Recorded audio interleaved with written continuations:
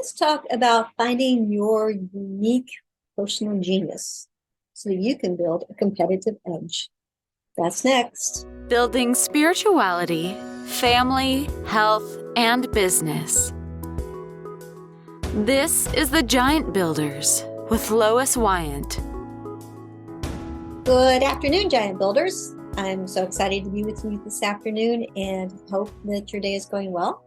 Today's guest is Divya Parekh, and we met through Facebook. And actually, I'm very honored that I was on her podcast. So it's just a privilege to have her on mine now. So how are you today? Thank you for having me on the show. I'm doing really well because I'm excited to be on your show, Lois. Thank you. Can you tell our listeners a little bit about what you do? Absolutely. So, folks, I could say I'm almost a serial entrepreneur and a professional. I've gone from academia to working for Fortune 50 companies, running multi-million-dollar projects, to becoming an entrepreneur. And even an entrepreneur, I have worked in multiple areas. And one of the things that I have learned through my journey and working with others and seeing so many transformations is that what do you do?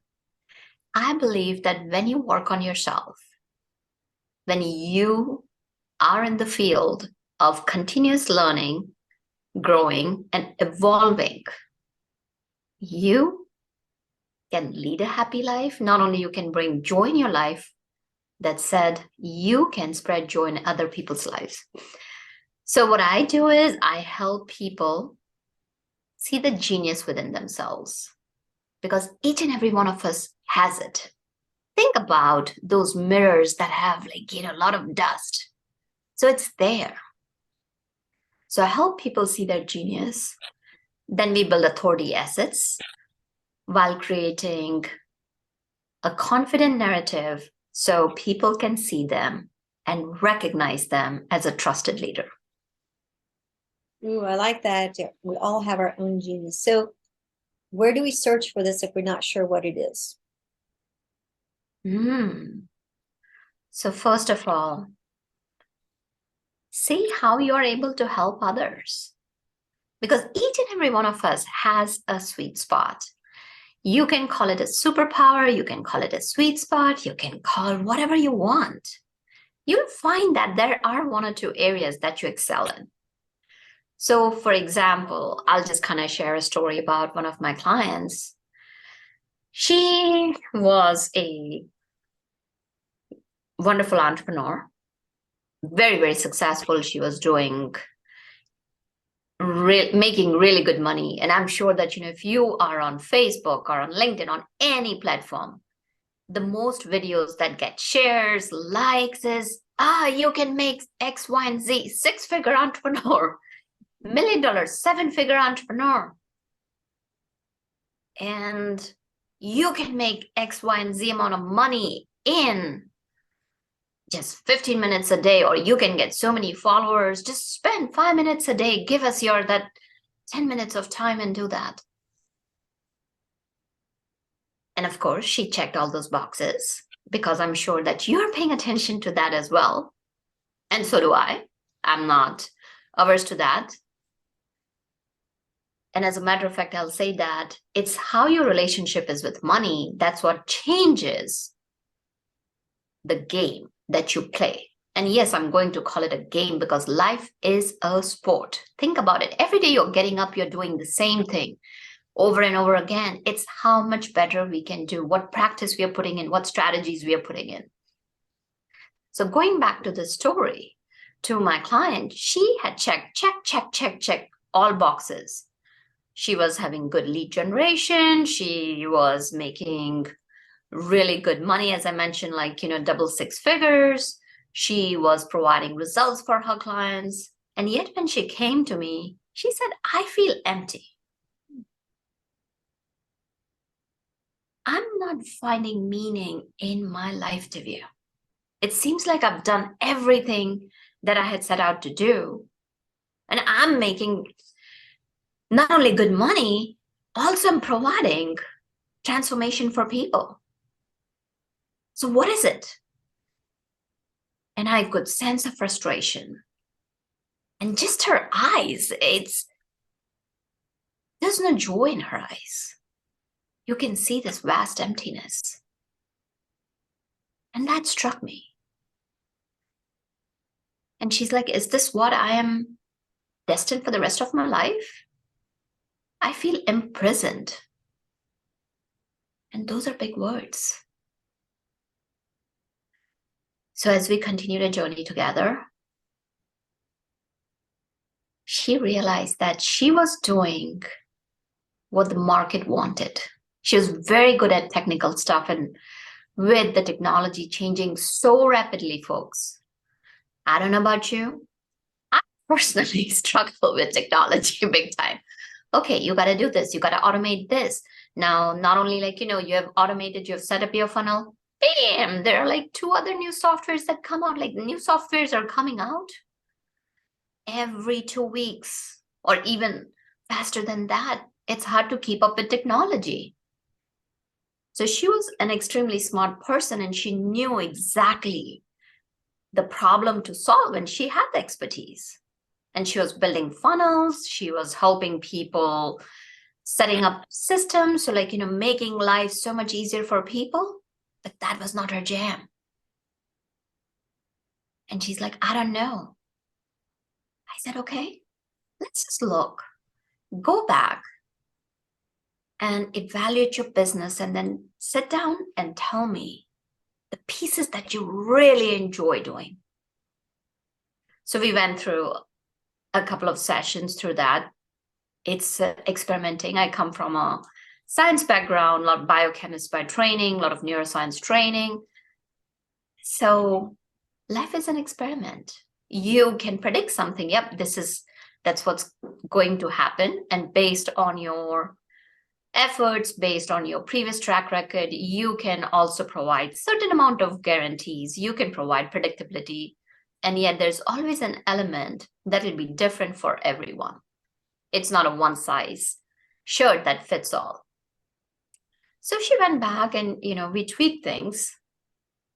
And she came and told me, Divya, when I sit down and strategize with my clients, when I'm taking their whole business and telling them, you know what? You don't need to do this. All you got to do is focus over here, and that will change your business.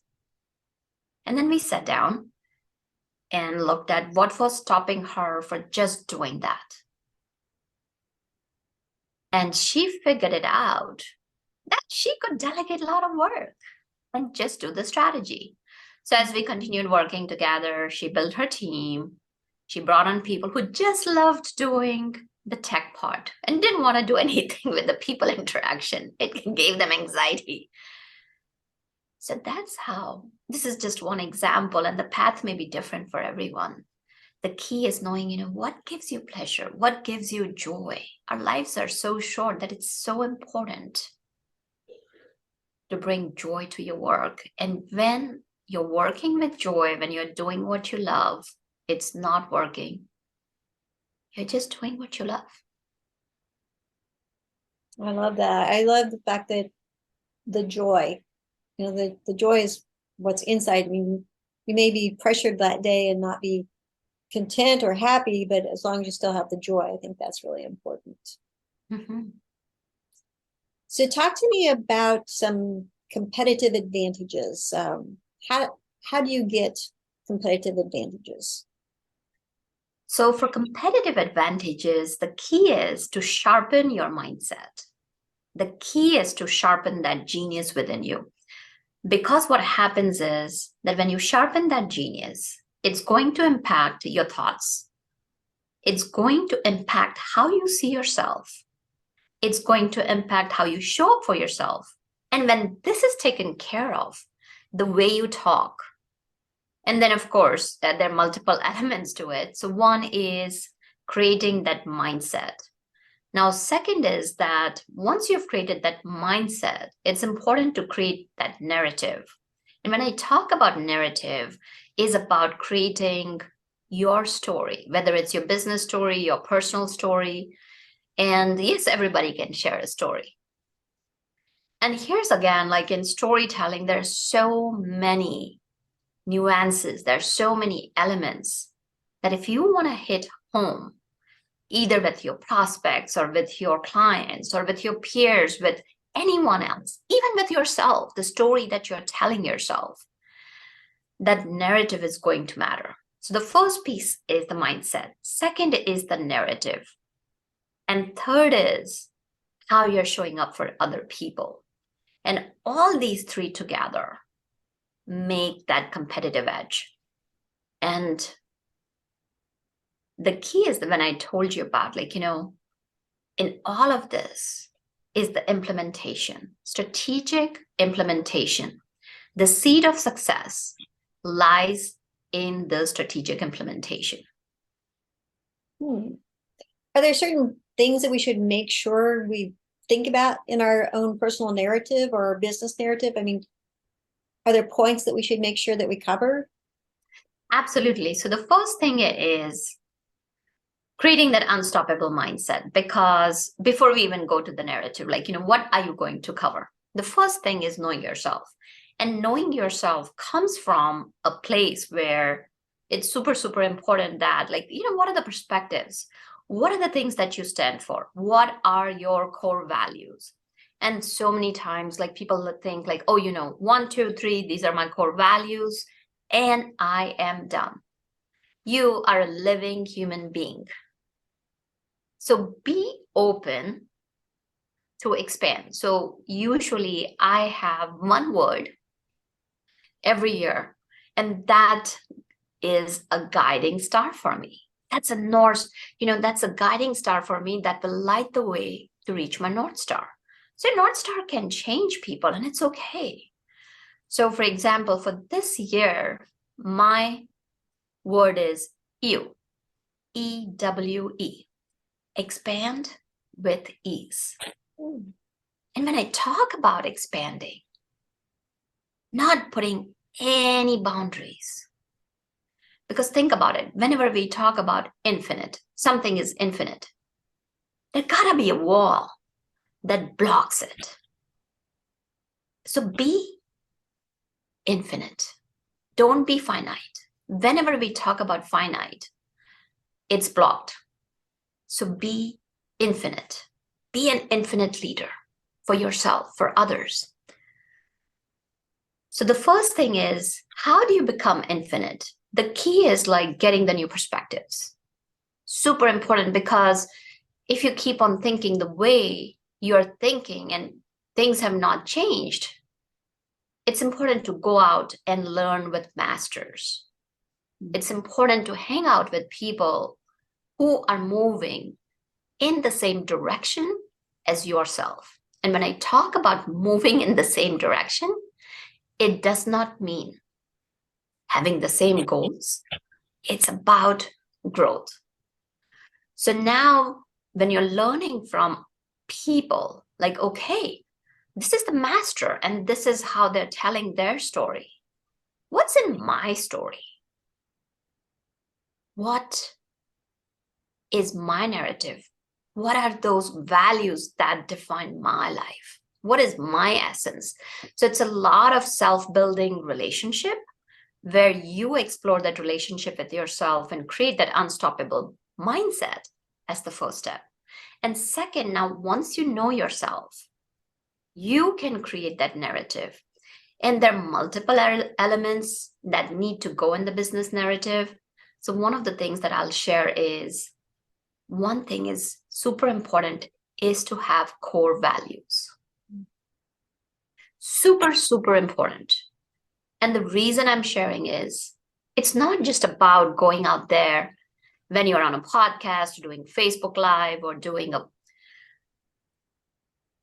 getting on an internet TV show, or you're writing a blog, or it's how you show up every single day when nobody's seeing you, when you are with your podcast host, when nobody's seeing you and you're not being recorded, when you're at the grocery store.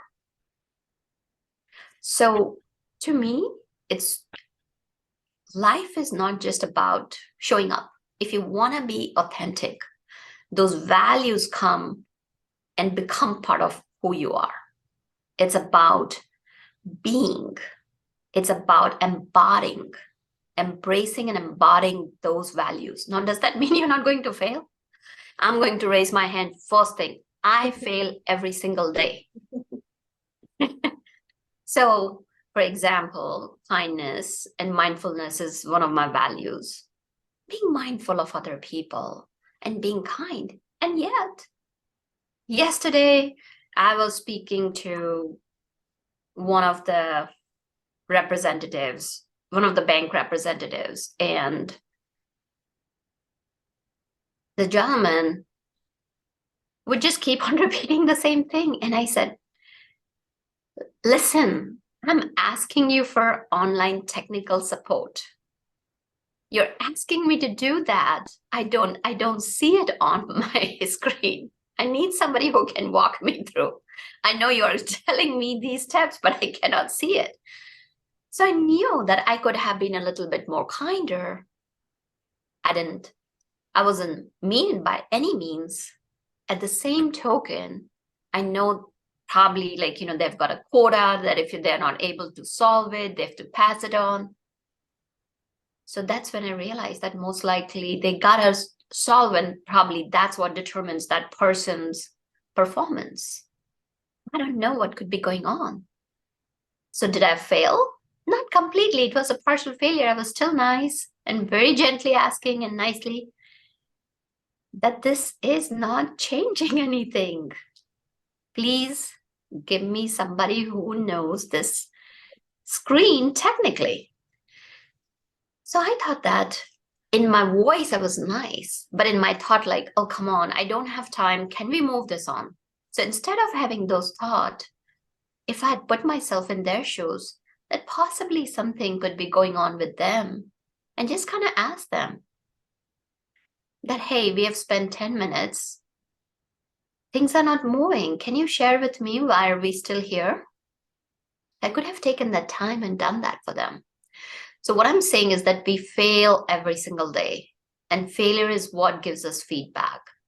Failure is what provides us feed forward. So being that core value, embodying it and learning and growing and evolving from it. So like now it's stacked in my mind and my heart for next time. So I don't know about you folks. I fail every day, all of the time, and learn from it and keep on evolving and growing. So that's when we talk about business narrative, is very much embodying those core values. Like now I was openly able to share, and I'm okay with that.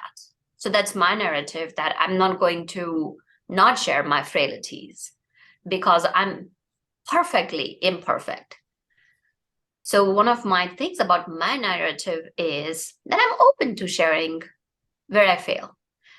And then that's what you got to determine in part of your narrative, that what is it that you want to talk to. So for example, if I want to hang out with people who are like-minded, then that's the narrative I'm going to give. I want to create a transformation. I want to work with people who are open-minded, who are curious, who are okay to fail. So business narrative is very much customized. One of the definitely things is core values. Then second, sharing your story in a way that will attract the people that you want to hang out with. It will attract the people that you want to work with. It will attract people that you want to collaborate with. And then third thing is concluding in a way that will bring transformation to others with an intention of serving. So these are just one of the three elements. And of course, there's so many other nuances. Hope this helps. Oh, that was wonderful. I found it interesting that you said get to know yourself. And actually, my husband and I do devotion each morning, and it talked about how you need to get to know yourself so you can grow closer to God. And I found that was a really interesting concept as far as, oh, I need to know who I am. So then that can help me learn to know more about who God is. So I thought that was interesting that you brought that up. And that's the beauty of it, Lois, that when you're close to yourself, you are close to God, because guess what? When we talk about God, when we talk about spirituality, whatever it is, right? People approach divinity in different ways. Mhm. But the common core, if you kind of think about it, is being present in the moment, is being kind to others, is bringing joy to your life. So the basic principles don't change. And when you're bringing those, be connected. And that's what it is that when you live by values, you'll connect with the right people. That's great. And being kind to others. I think I do an extra effort when I'm calling somebody like a service person, because I know that they've already been yelled at most of the day. So I try to be really nice to them, because I have a feeling they have not had very many nice people calling them. So that's a conscientious effort as well. So what does a first meeting look like with you? So the first meeting is a meeting of curiosity, where I'm just curious. I don't come to the meeting with any agenda. I just want to get to know you, because to me, every interaction, it's important that I serve that person leaves with something that's valuable. It's all about providing value. We get together, we see what are the possibilities, and if there's a possibility, so I do have a Rolodex, and folks, so many of you may not even know Rolodex. It's an old thing where you would have people's information that are close to you, and I have my own inner circle. So as we go through the meeting, the whole idea is to see where you're at, where you want to go, what's the gap, and what's the best strategy for you. And if I and my team, if we can fulfill that, I usually ask for permission that, hey, are you open if I share what kind of services I provide? And where could we help you bring that transformation, so that not only you will be recognized as a trusted leader, you will be able to build generational wealth. And if it works out, if you're resonant, if it works, I don't do the old sales scripts and all that, like showing that, oh, you know what, if you don't sign up today, then this is what's going to happen. To me, it's all about alignment and harmony. If there's harmony, and here's the thing, and you gotta know the value. If you want that transformation, you'll see the value. And if somebody is not ready for it, then there's no point in pushing them. People are on their own journey. So sometimes we just kind of like, it's a click within 5 minutes. Sometimes it is about a click after 30 minutes. So it's every person is different. And depending on their wants and needs, we either continue working, or I refer them to somebody who'll be of better service to them. And that's why I have that Rolodex of experts that I trust and I know will do really good by anybody that I'll send them to. Or we wish each other well, and I wish them best on their journey. Well, that's great. Tell me about your podcast. Oh, thank you for asking. Mm-hmm. So my podcast is called Beyond Confidence. And the whole idea is that we're not just here to come, live, have fun, and go. The way I see life is, you have a whole lot more to offer. And my whole goal is to encourage people and at times even challenge you